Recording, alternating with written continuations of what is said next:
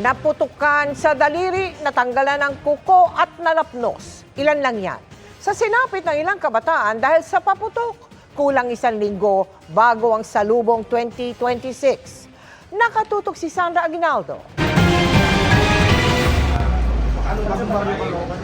Sa Jose Reyes Memorial Medical Center, dinala ng kanyang pamilya ang isang 13 anyos na lalaki matapos maputukan sa mga daliri. Kwento niya, may napulot siyang iligal na paputok na plapla at sinindihan ito. Anong leksyon ang natutunan mo dyan? Siya ang ikatlong firecracker victim na nadala sa ospital na ito mula December 21. Nalapnos naman ang kamay ng 12 anyos na bata mula sa barangay Irisan, Baguio City matapos maputukan ng hindi pa tukoy na klase ng paputok nitong Lunes. Nagresulta ito ng second-degree chemical burns na kinailangang gamutin sa ospital. Sa barangay Lower Dagsian sa Baguio City pa rin, natanggal ang 2 kuko sa daliri ng 11 anyos na bata nang maputukan ng illegal na 5-star na paputok habang naglalaro sa labas ng kanilang bahay. Dinala sa ospital ang bata. Ayon sa bata, pinahawak sa kanya ng mga kaibigan ang paputok nang bigla itong sumabog sa kanyang kamay. Na-trauma na din lang po. Kasi yung tapos kung nagpapaputok lang dyan sa kakan, parang nagugulat na din lang po. Siyempre nagalit, nagulat.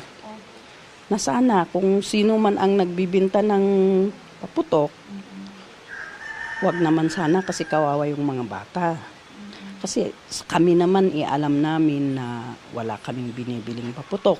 Base sa datos ng Department of Health, mula sa 62 Sentinel hospitals na binabantayan ng kagawaran para sa fireworks-related injuries, meron ng 28 cases mula noong December 21. Higit sa kalahati nito ay edad 19 pababa. Sabi ng DOH, pinakamarami ang nasaktan sa 5-star, boga at triangulo. Inaasahang tataas pa ang bilang niyan habang papalapit ang bagong taon. Naka-code white na tayo, ibig sabihin naka-alerto. So nakahanda na po yan na yung mga ER, yan, yung mga heart attack, yung mga stroke, rin-ready nila. Nakahanda na yung mga tools, reminder na itong malaking ragaring ito, itong malaking martilyong ito, kapag matigas ang ulo, yan ang sumasalubong sa nasasabugan. Ganyan na nga ang inihahanda ng Jose Reyes Memorial Medical Center sa kanilang fireworks-related injury room. Pinakita rin nila ang ilang kagamitan na kakailanganin, gaya ng lagari na ginagamit pamputol ng buto, mga stainless steel pins na pandugtong ng mga buto, at orthopedic handset na ginagamit sa pag-oopera ng buto. Ngayon po, ihiwalay na natin yung mild and moderate doon sa labas po kung saan nagbukas tayo ng isang area doon. Tapos lahat naman ng severe doon po sa loob. Kasi po, inaasahan natin din yung pagdagsa ng mga pasyente, not only firework-related injuries kasi may mga iba po pong mga cases eh. Matapos naman ang mga party, bago at sa bisperas ng Pasko, halos puno o nasa 95% occupancy ang ER ng Jose Reyes Memorial Medical Center.